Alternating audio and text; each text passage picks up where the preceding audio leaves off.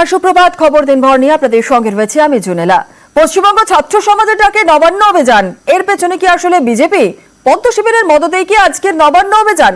উদ্যোক্তাদের সামনের সারিতে বিজেপি এবং সংঘ নেতা, এই নিয়ে সরব তৃণমূল। পাল্টা জবাব দিতে দেরি করেনি বিজেপিও।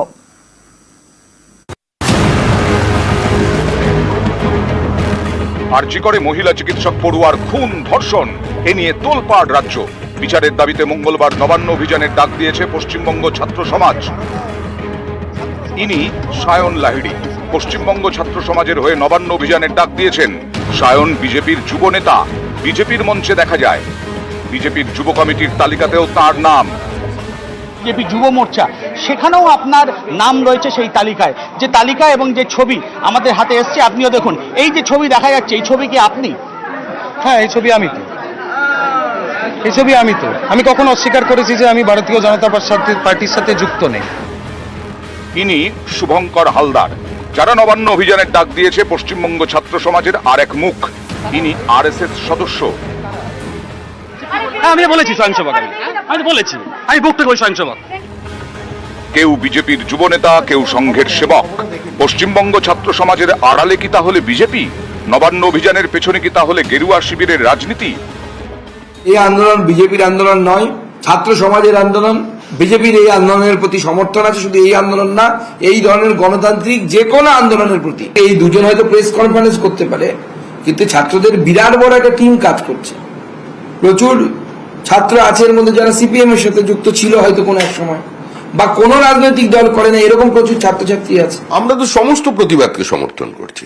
প্রতিবাদ যেখানে সমস্ত রাজনৈতিক মতাদর্শের বেড়াজাল টপকে রাস্তায়, প্রতিবাদ যেখানে এক জায়গায় বিভিন্ন রাজনৈতিক দলের কর্মীদের দাঁড় করিয়ে স্লোগান দেওয়াচ্ছে, এই পরিস্থিতির মধ্যে দাঁড়িয়ে বিরোধী দলের ভূমিকা কি হবে?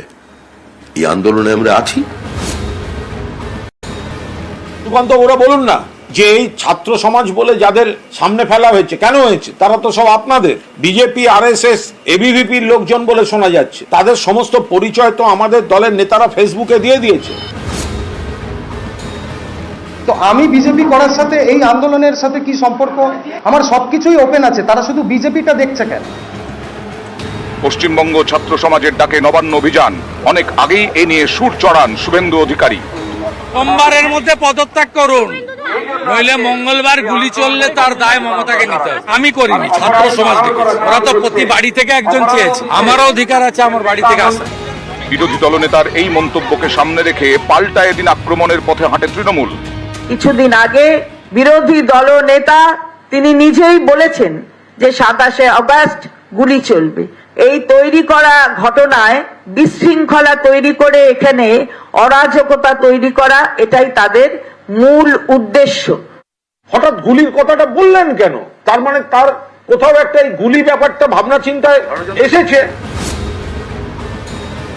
কিভাবে পুলিশ যে এইভাবে ভয় পাইয়ে ছাত্র আন্দোলনকে ধ্বংস করা যাবে, ছাত্রদের উপর অত্যাচার করা হবে, ছাত্রদের উপরে যদি লাঠিচার্জের একটাও ঘটনা ঘটে, প্রয়োজনে বিজেপি আগামী দিনে নবান্ন অভিযানের ডাক দেবে। নিউজ 18 বাংলা।